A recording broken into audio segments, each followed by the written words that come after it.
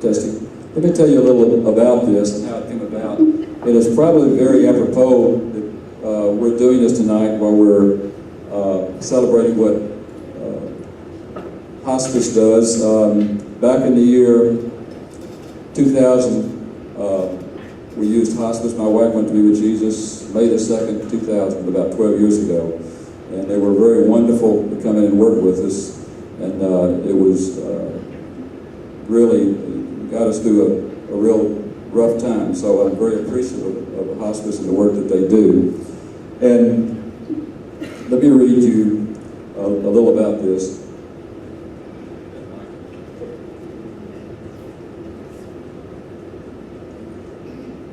In the year 1997 and 98, we had a German exchange student.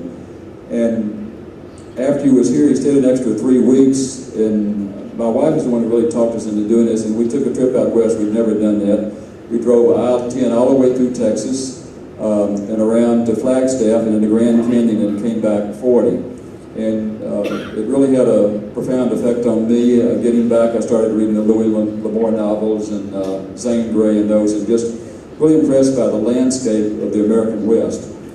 And the dedication on this, the Western, but by the way, we're doing the last section of it called a celebration dance. But the dedication is dedicated to my wife, Joanne, who's the most remarkable person and Christian I've ever known. She loved the mountains and the horses in the West, but went with me to the seashore, a little village called Destin. In 1997-98, we had a wonderful German exchange student who stayed with us, and that summer the three of us took the trip out west. A Western Overture is the result of impressions from that trip. Now, it's divided into 4 or 5 sections, depending on the way that you count it. The first section is called Vistas, and it's just a musical tone form, a creation of those tremendous vistas you see out west, the scenery. The second section is called On the Trail, and it can be a cattle drive or in your car with your children saying, "Are we there yet?" So there's a great similarity between the two of them. And then when you would be out away from the city and dusk would fall, it just really, the feelings of solitude and introspection and melancholy as quietness settles upon the land in blankets of somber blues and purples.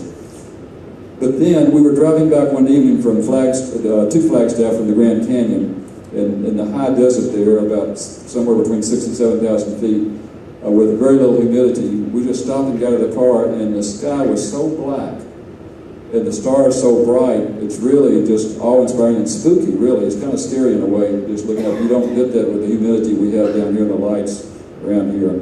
So that section was called Dusk, and then it went into And Bright Stars.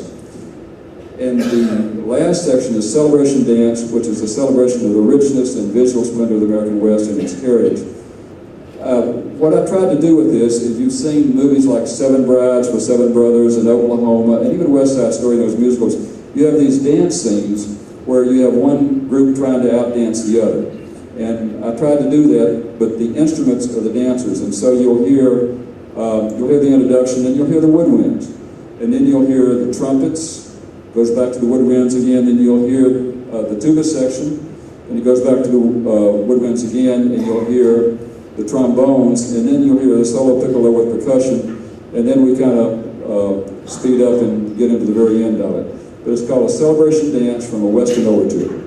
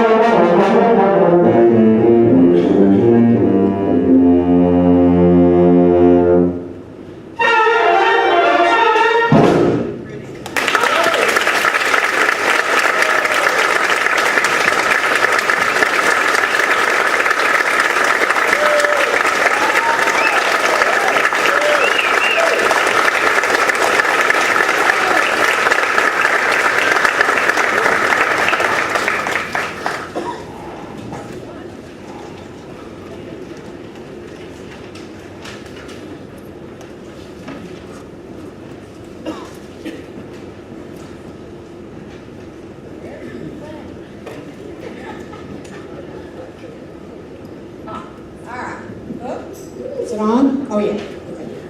All right. Well, let's give Jim another hand.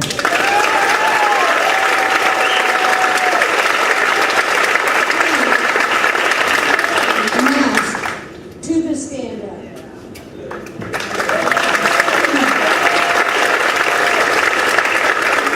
You can get tuba, boy. You can do it. That's Mr. Leonard back there. All right. Everybody give Jim Leonard a hand, too.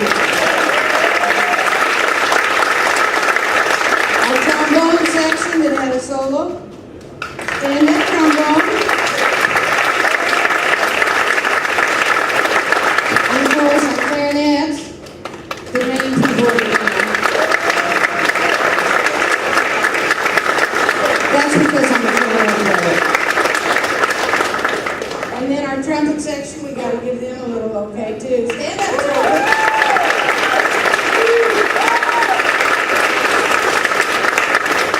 I want everybody to notice Bob's hat. Stand up, Bob. Look at Bob's hat. I love it. This is what I have to, when I'm directing, working so hard, I look back there at Bob with that hat on. And I can hardly get through the piece. And of course, then our piccolo solo, Jose.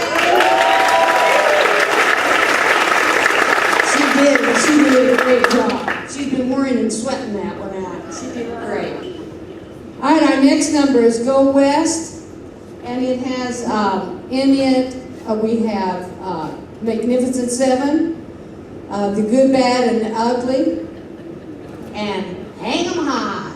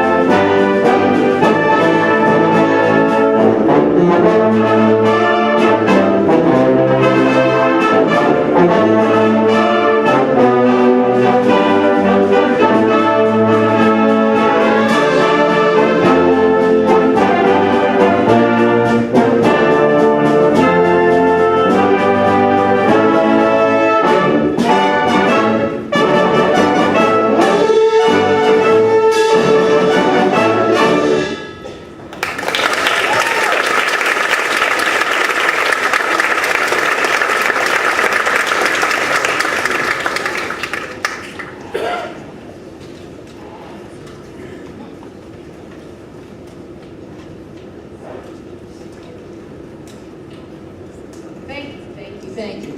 Our next number is a march, and the reason what band concert can be without a march? I mean, that's what bands do, right?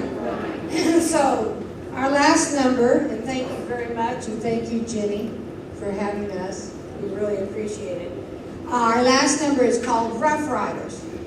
Well, I picked it because it's, Rough Riders. I thought horses, and of course, the band corrected me and said, well, it has nothing to do with Westerns.